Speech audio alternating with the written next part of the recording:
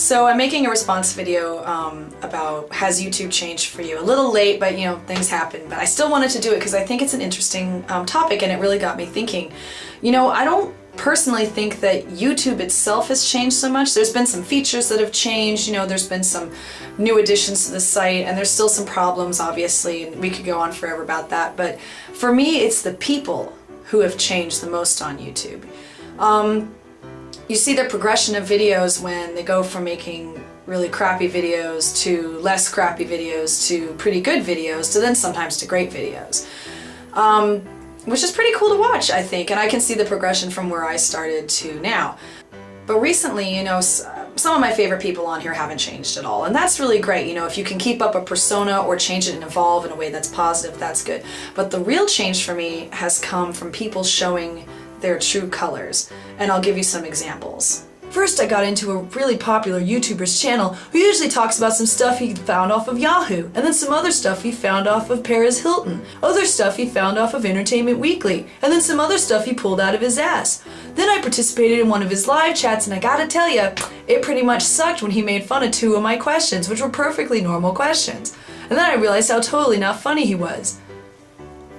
Show a puppy to make up for lack of funny.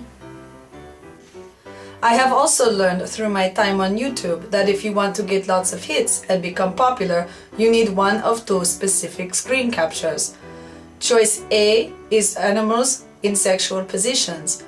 Choice 2 is boobs. The word of the day is boobs, which comes from the Latin meaning atas, which comes from the Greek meaning yabos, which comes from the Arabic meaning fluffy pillows, which comes from the redneck meaning titos, which comes from the sexually frustrated, meaning not getting any. Then I had someone who's a really talented writer who I really admired and respected diss me in a comment. I asked him if he had ever thought about getting published, and he replied, "What do you think I just did?" If reading your stuff on YouTube makes you published, then wow! I'm published twice for 2 poems that I've read, and I must have a music deal somewhere in the works for the songs that I've performed on my channel and on 5 Awesome Lesbians. And can't you tell? See my gorgeously spacious luxury abode? And my legions of adoring fans?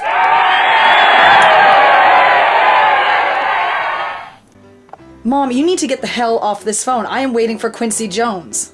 Well, I don't care if it's your birthday. Quincy Jones comes first. Bitch.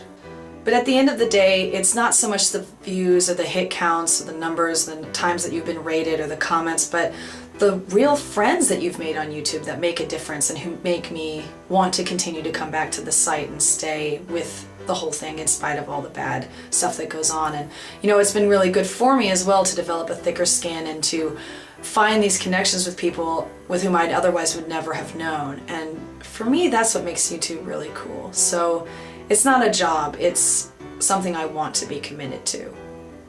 Anyway, thank you for this opportunity, and I wish you all a pleasant rest of your weekend.